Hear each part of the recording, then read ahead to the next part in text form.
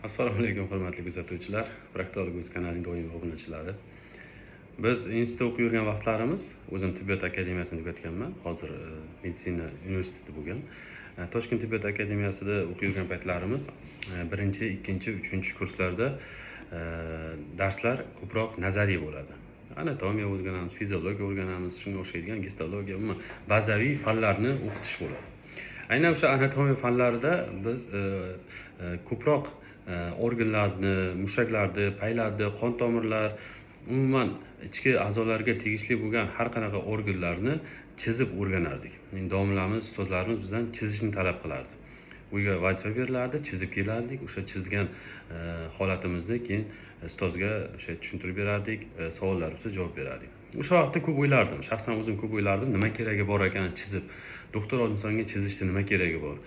Biz doktor bo'ladigan bo'lsak, ertaga misol uchun operatsiya qiladigan bo'lsak, chizib vaqtimizni o'tkazib, o'zimizni qiynash nima keragi bor deb ko'p o'zimga o'zim savol berardim. Albatta bu narsa vaqtiki ish boshlaganimizdan keyin, o'zimiz mustaqil bemorlar bilan shug'ullanishni boshlaganimizdan keyin, operatsiya qilishni boshlaganimizdan keyin o'sha vaqtdagi ustozlarimiz talab qilgan narsa foydali ekanligini, to'g'ri ekanligini tushunib yetganmiz. Nimaga bu haqda gapiryapman? Hozir bir kasalimiz qabulimizda bo'ldi. Kasalga bitta chizma orqali kasallikni tushuntirishga harakat qildim. Sizlarga ham buni ko'rsataman, ozgina tushuntirishga harakat qilaman. Diqqat qilamiz, bu yerda rasm joylashgan. Albatta men u darajada professionalniy chizuvchi emasman. Chiroyli chizaman deb hech narsaga da'vogarlik qilmayman, lekin qo'ldan kelgancha harakat qilaman. Bu yerda ko'rib turgan rasmingiz bemorning litotamiya holati deyiladi. Bemor litotamiya holatida, ya'ni bemorni biz osmotr qilayotganimizda, tekshiruv qilayotganimizda qoidasi bo'yicha bemor ginekologik kresloga chiqishi kerak va ginekologik kresloda bemorni chalqancha yotqizgan holatda oyoqlarini demak shu ginekologik kresloning maxsus noshkalariga qo'yiladi va bemor orqachang osmonga qarab yotadi. Va bemorning orqa zadniy proxodi vrachga xuddi mana shunaqa holatda ko'rinadi. Tushunarlimi? Bemorning ikkita oyog'i, mana bu yerda erkak kishini tasvirlaganman. Bu yerda demak polovoy organ, bu yerda analniy kanal, ya'ni to'g'richak sohasi, ikkita dumba, yagoritsa. Vrachga bemor chalqancha yotganda orqa tomoni shunaqa ko'rinadi. Bu yerda hozir bemorimiz kelib ketdi, unga ozgina tushuntirish berdik. Unda nima holat bo'lgan? Demak, mana bu ko'rib turganimiz analniy kanal, ya'ni to'g'richak deyiladi. To'g'richak yaqinlashtiraman. Bemorda nima bo'ldi? Soat 6 bo'yicha analniy yoriq, surunkali analniy yoriq. Mana bu yerda raqamlar qo'yib qo'yganman. Bu raqamlar bejiz emas. Soat 6 bo'yicha analniy yoriq. Soat 3 bo'yicha, soat 7 va soat 11 bo'yicha ichki va tashqi gemoroid tugurlar aniqlanyapti. Nega soat bo'yicha deyiladi? Masalan, tushuntirish uchun oson bo'lish uchun bu albatta. O'xshatish uchun qilaman. Soat bor. Qo'limdagi soatni yechib ko'rsatdim. Soatga e'tibor beradigan bo'lsak, tepasida 12 bo'ladi, pastda 6 bo'ladi, to'g'rimi? 3, bu yoqda 9, 7. Endi hammaga tushunarli. Orqa soha ham xuddi dumaloq, soatga o'xshaydi. Soatga o'xshaydi. Bemorlarga tushuntirish uchun, vrach ham tushunish uchun diagnostika vaqtida biz mana shu orqani soat bo'yicha, siferblat bo'yicha nomerlab olamiz. Bu yoqda 3 bor, soatda bu tomonda 3 bo'lgan kabi. 6, 12, 7, 11 kabi nomerlar qo'ya olamiz. Treshinalar, ayniqsa treshina kasalligi, bu yerda treshina turibdi soat 6 bo'yicha. 60-70% hollarda treshina zadniy stinkada, ya'ni soat 6 bo'yicha joylashadi. Bemor oldimda og'riq bor deydi. Bemor so'zi bo'yicha oldi, bizning tilda orqa deyiladi, orqa devor deyiladi. Soat 6 bo'yicha ko'pincha treshinalar hosil bo'ladi. Kam hollarda peredniy stinkada soat 12 bo'yicha yirtilish hosil bo'ladi. Ba'zi hollarda yonbosh, bu yonboshda ham hosil bo'lishi mumkin. Agar bemorning surunkali ichi qotib yurgan bo'lsa, unda bemorda ham 12 da ham 6 da yirtilishlar hosil bo'lgan bo'lishi mumkin. Gemoroy boshqacharoq. Gemoroyda soat bo'yicha asosiy rivojlangan tochkalari soat 3, soat 7 va soat 11 da gemoroy tugullar rivojlanadi. Soat 3, 7, 11 da gemoroyning qon tomirlari bo'ladi.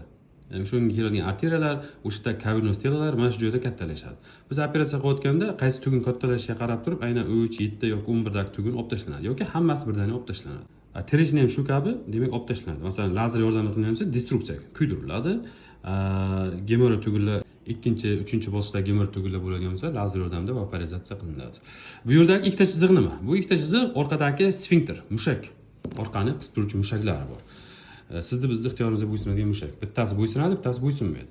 Ichki mushak, mana bu birinchi qora chiziq, bu ichki sfinkter deyiladi. Ya'ni внутренний sfinkter deyiladi. Silliq tolali mushaklardan iborat, shuning uchun inson ixtiyoriga bo'ysunmaydi. U o'zi mustaqil qisqarib qo'yaveradi. Tashqi sfinkterlar bu kundalik targ'il mushaklardan iborat bo'ladi va bu insonning ixtiyoriga bo'ysunadi. Nega buni farqlash kerak? Biz operatsiya qilayotganda aynan shu tashqi sfinkterga teginmasdan operatsiya qilish demak tayinlanadi, aytiladi, o'qitiladi. Sabab agar tashqi sfinkter zararlangan bo'lsa, deylik tashqi sfinkter kesib yuborildi yoki tirishna payt ayniqsa kesib yuboriladi tashqi sfinkterlar. Bunda tashqi sfinkter o'zini funksiyasini yo'qotadi, orqani ushlab turish funksiya yo'qoladi, natijada bemorda nidrjaniya bo'ladi, nidrjaniya kala, ya'ni bemor axlatni, gazni, suyuq axlat, qattiq axlatlarni ushlay olmaslik holati bo'ladi. Lekin внутренний sfinkter, ya'ni ichki sfinkterda qirqish, kesish yoki sfinkterotomiya qilish mumkin, ruxsat berilgan. Sababi ichki sfinkter u darajada ahamiyatli emas axlatni ushlab qolishga.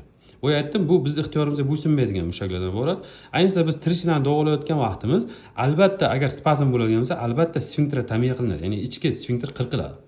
Endi zadniydan emas, yonboshdan qirqiladi, chunki oldinlar zadniydan qirqilardi. Bu nisbatan baribir bemorda shu nidrjaniya berardi. Yonbosh siferblati bo'yicha 3 ta sfinkterotomiya qilinganda bu ya'ni orqani ushlab qolish funksiyasiga deyarli ta'sir qilmaydi. Shuning uchun operatsiya qilayotganda ayniqsa xirurglarimiz bu narsada juda ehtiyot bo'lishadi, ya'ni tashqi sfinkterlarni qirqib qo'ymaslikka, teginib qo'ymaslikka.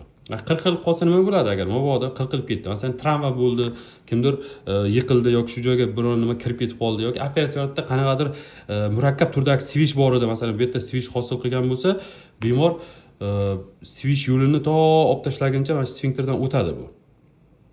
Nima qilamiz biz? Mana bu sfinkter bilan birga qirqib olishga majburmiz keyin. Bunda sfinkter zararlanadi, tashqi sfinkter. Bunaqa vaziyatlarda biz operatsiya oxirida mana bu uzilgan sfinkter to'ralarini olib kelib bir-biriga plastika qiladi. Ya'ni boshqatdan halqani tiklab berish amaliyoti o'tkaziladi. Yoki ba'zi hollarda keyinchalik amaliyot o'tkaziladi, levator sfinkter plastika yoki bunda keyinchalik bemorda o'sha sfinkterlar, zararlangan sfinkterlar boshqatdan olib kelib tiklanadi, boshqatdan ulanadi. Bu demak qisqacha shu bemorni orqa analniy sohaning ko'rinishi. O'zi kichkinagina soha, soatdek kichkinagina soha, kichkinagina. Lekin shu yerda 20 dan ortiq kasallik bor. 20 dan ortiq kasallik shu yerda namoyon bo'ladi. Bu faqat biz bilganimiz gemoroy va tirishinadan iborat emas. Bu yerda boya aytganimdek 20 dan ortiq kasallik bor. Bularning klinikasi, bularning jalbalari, bularning simptomlari bir-biriga deyarli o'xshash. Shuning uchun ko'pchilik adashib qoladi, menda gemoroy bor, gemoroy bor. Aslida unda gemoroy emas, boshqa kasallik bo'lgan bo'lishi ham mumkin. Shu rasmda ham bemorni kasalligi haqida to'liq ma'lumotga ega bo'lish mumkin. O'zi umuman olganda siz vrach qabuliga borganingizda o'zingizning kasalligingiz haqida to'liq ma'lumotga ega bo'lib olishingiz kerak. Ko'p bemorlarimiz qabulimizga kelganda vrachga ko'rindingizmi, bizdan oldin qaysi vrachga borganmisiz degan savollar berganimizda, ha borganman deyiladi. Nima diagnoz qo'yildi, qanaqa kasallik bor ekan sizda deb savol bersak, bemor o'zi to'liq ma'lumotga ega emas. Lekin 3 ta 4 ta vrachga kirib chiqqan, hali ham o'zining kasalligi haqida to'liq ma'lumotga ega bo'lmagan. Bu narsa noto'g'ri. Chunki siz vrach qabuliga bordingizmi, albatta siz vrachdan so'rashga, vrachdan demak o'z kasalligingiz haqida ma'lumot olishga egasiz. Ya'ni so'rang, menda nima kasallik bor ekan, qanaqa holatda ekan, bu diagnoz qanaqa davolasa bo'ladi. Bu haqda to'liq ma'lumotga ega bo'lish kerak. Ya'ni dushmanni tanib olsangiz, sizga qarshi kurashayotgan, endi bu obrazni tushuntirishda endi. Sizga qarshi sizni qiynayotgan dushmanni bilib olsangiz, uni erta davolash usullari haqida ham to'liq ma'lumotga ega bo'lishingiz mumkin. Chunki ma'lumotlarni kasallikni aniq diagnoz qilib olgandan keyin internet orqali, sun'iy intellekt chiqib ketib qoldi, boshqa ijtimoiy tarmoqlar orqali shu kasallik to'g'risida ma'lumotlar qidirasiz, o'zingizga yetarlicha savollaringizga javoblar topib olishingiz mumkin. Savollar orasida o'zingizni qiynab yurmaysiz. Azizlar, bermoqchi bo'lgan qisqa ma'lumotim shundan iborat. O'zingizni ehtiyot qiling, yaqinlarni ehtiyot qiling. Yaxshi kunlarda ko'rishguncha sog' bo'ling.